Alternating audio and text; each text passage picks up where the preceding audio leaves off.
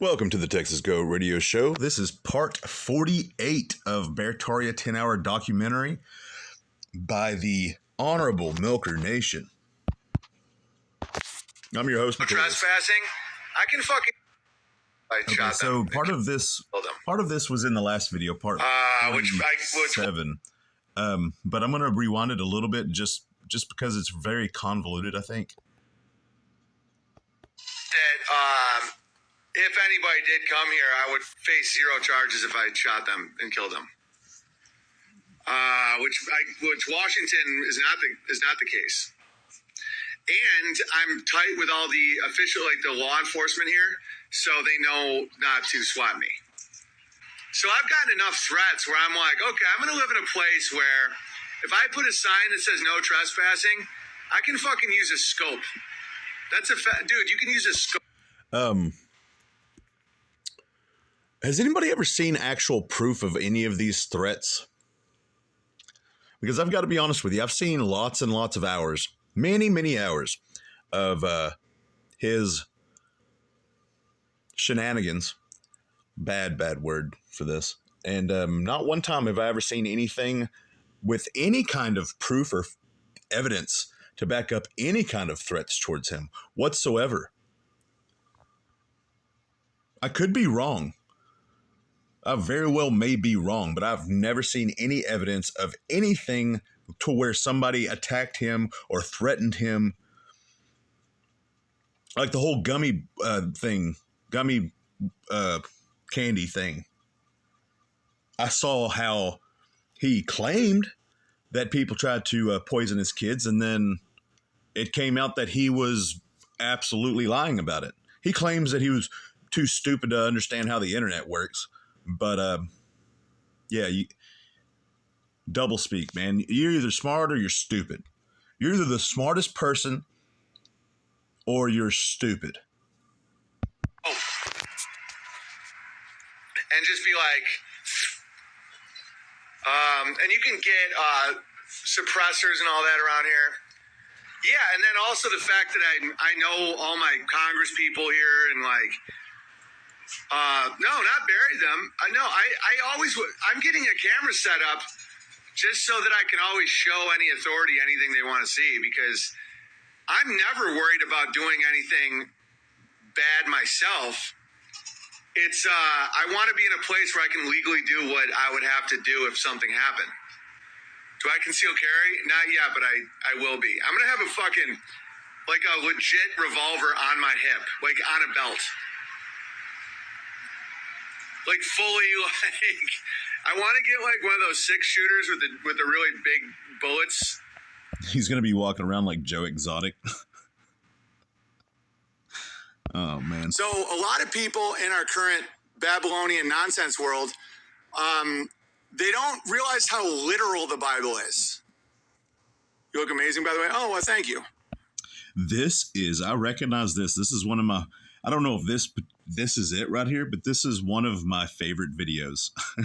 It's the castle thing. Oh yeah. I mean, growing up, you wanted to be the king of your castle, man. We played King of the Mountain, where you just threw people off, and whoever lasted the longest was the king of the mountain, and everybody tried to attack the king, and you had to defend it. It was brutal, but it was fun. But this is a grown man. It's probably the grief. I cried this morning burying Mr. French. And I won't be judged for it.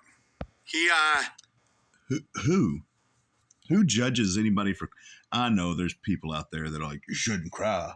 But and I won't be judged for it.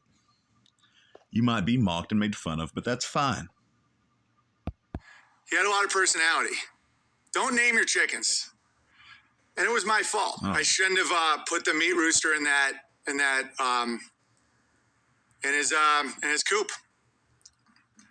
You know, but he killed Goliath, and I honestly think all of this, what do you say, like heightened emotions whenever it comes to his farm animal, I think it's all horse hockey. I think it's an act to make him seem more, I don't know what he thinks that it makes him more like sensitive or something, but it comes across stupid and just ignorant and weak a little bit. I'm not saying don't be emotional over animals. I've got a couple cats. I love dogs. Now I love cats. I used to not like cats. Because we grew up out in the country, and so we had a lot of outdoor cats, and those are awesome because they're useful. They serve a purpose.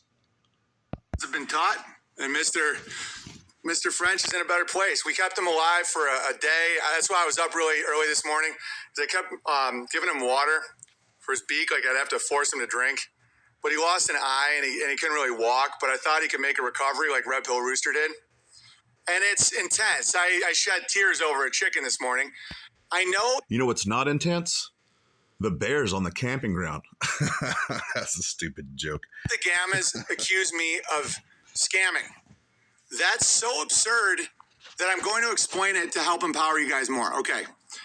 If you have a cohesive tribe, let's say 10 families, and you all have relatively the same morality, you understand each other's space, you watch out for each other's kids, you have general ideas of how you want to eat and live, whatnot. Okay, I'm going to break this down for you. Right now, people are in a fake binary. Is what the Great Bear Trail is all about, is breaking that, and I'm building my own sites for all of us to enjoy, but while I'm doing this, feel free to do it yourself. This is nothing new. This is biblical knowledge.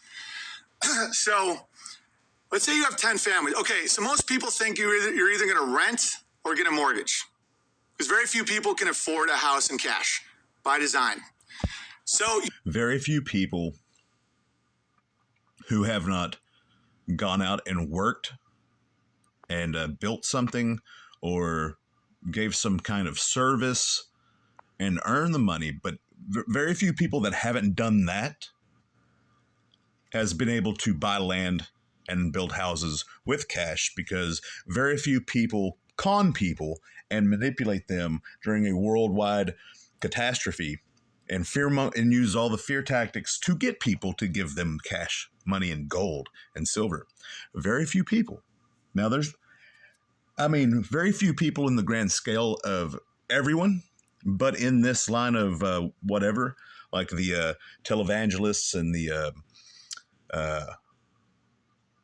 I can't think of the word, but the people that are like, send me money and you'll be healed by faith.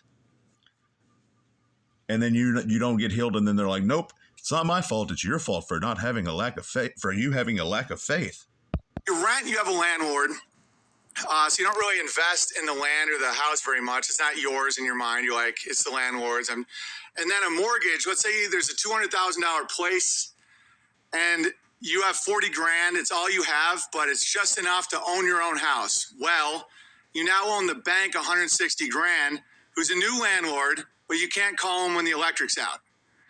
The bank is the worst landlord in the world. You know, at least when you lease, you can be like, Gary, the raccoon's at it again. So you never really own it. Granted, theoretically, you never really own anything, but let me just get to it. So let's say you have, must be nice, Big Bear, with all your money. Okay, let's say you have 40 grand. Let's say that's the amount you. I wish he wouldn't do that. Out of all the crazy and ridiculous aspects of his speech patterns and what he says, his spellcraft, wizardry, all that kind of stuff, that right there, whatever that is, have for a down payment of a $200,000 house. In a lot of parts of America, not North Idaho. North Idaho is very expensive, but it's for a reason, I understand. But let's say rural Ohio, rural Arkansas, rural Tennessee, rural Pennsylvania. You can get 50 acres for $200,000. Probably kind of in the middle of nowhere, no fancy stuff, nothing, just raw land. Man, Big Bear, I don't have $200,000. Okay, just hear me out. This is why never go in debt. And this is when biblical knowledge becomes life-saving. Love thy neighbor as thyself. Don't covet your neighbor's wife. Don't steal a cow. All the basic shit will allow you to jump like 5 economic categories with no increase in salary. Hear me out.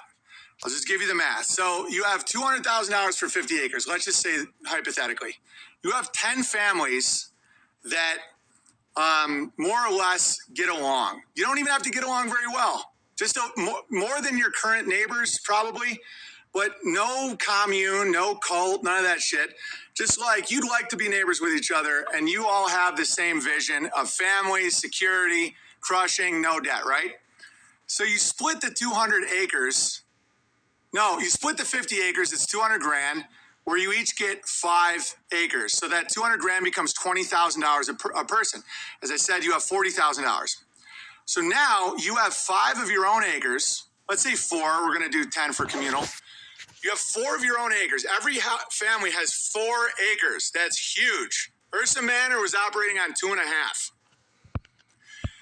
So Ursa Manor was operated. So that is his Washington property, I think. Okay. Huge. And then you have communal areas for solar power. Well, I'll get to that in a second. Okay.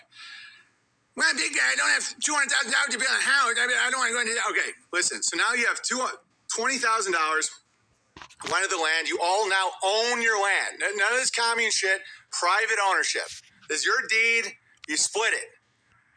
Okay. Now you can buy a shed. I know it sounds humble. The meek shall inherit the earth, my friends. Just hear me out. You buy a shed, 20 by 20. Lofts, bunk beds, little kitchenette, stuff like that. One of the families, somebody understands plumbing. He does all the plumbing. You move stuff. Some people might have a little more money, and other people might have more skills. You deck out that $10,000 shed with plumbing, insulation, suite, custom carpentry, all that stuff. So you have a place to live, right? Now, with let's say that you put in 5,000, 10,000 of that. You now have another 10,000. You pitch it, 10 families, 10,000 each. You now have state-of-the-art solar power that you all share right in the center, and a well that everyone gets. And then moving forward, no one's in debt, right? As you make money in your job, you can then save up to build a bigger house, build whatever you want. You have 4 acres of your own land. You have meetings. You have meetings with other like-minded families, and you come up with plans. So we all kick in for a big fence. Everything gets divided by 10, and you have an unlimited labor pool with families, with the men. Childcare. You now have 10 mothers. Rotate childcare. Okay, couple of things. One, is this a good idea? Sure, it is. Ain't nothing too horribly wrong with this idea. Me and some family friends, we have often thought about that. 2, I don't know if I'm numbering them. Him saying an unlimited labor pool. There's 10 families. It is limited. It's literally limited.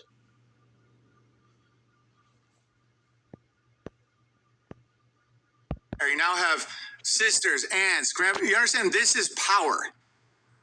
Why would I trade my thousands and thousands of loyal, good community bears for money? There it is. I was wondering where he was going with this.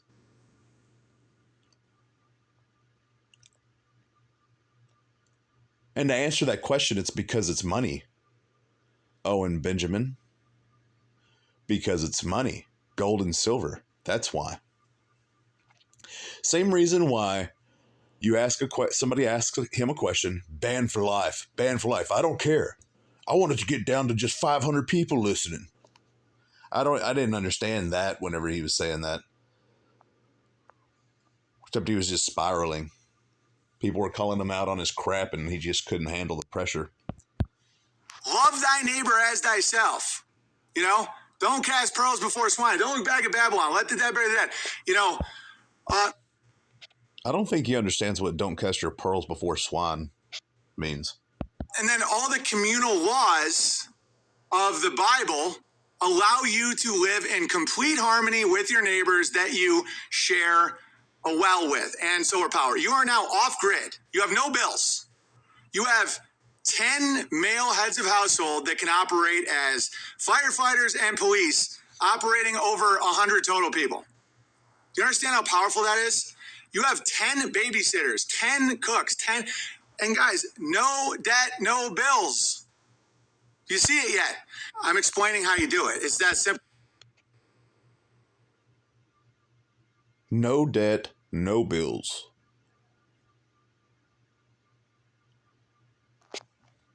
Well, that's why morality is wealth.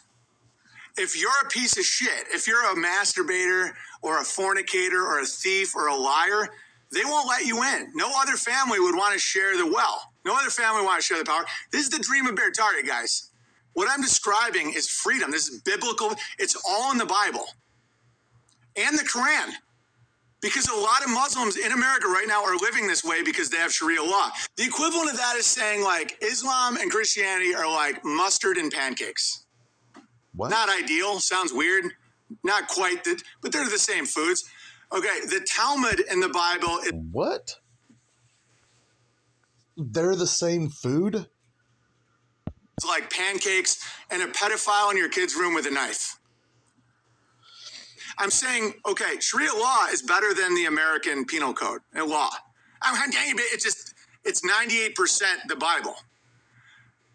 Most Christians don't even have a law set because they haven't even thought about it because in their mind, they Don't have a what? It's 98% the Bible. Most Christians don't even have a law set because they haven't even thought about it because in their mind, they What do you say? A law? What? won't really live like that. I'm like, guys, start living under those laws and you can have farms, no debt. No one gets in. Nobody sets a fire. Nobody, gets you in jail on a guns charge or whatever. You're in your own community. And it's all in the Old Testament. It's all real based. And then Jesus forgives and elevates. It's fucking great. That's my goal. Like right now, we're meeting our neighbors. We're planting tomatoes. Maybe in a year, we have these great get-togethers at Bertaria. This one was exhausting. Just the mumble jumble. Whenever you, I don't know, experience something and it just isn't quite right. This is the Texas Go Radio Show, and I'm your host, Pretorius. As always, till next time.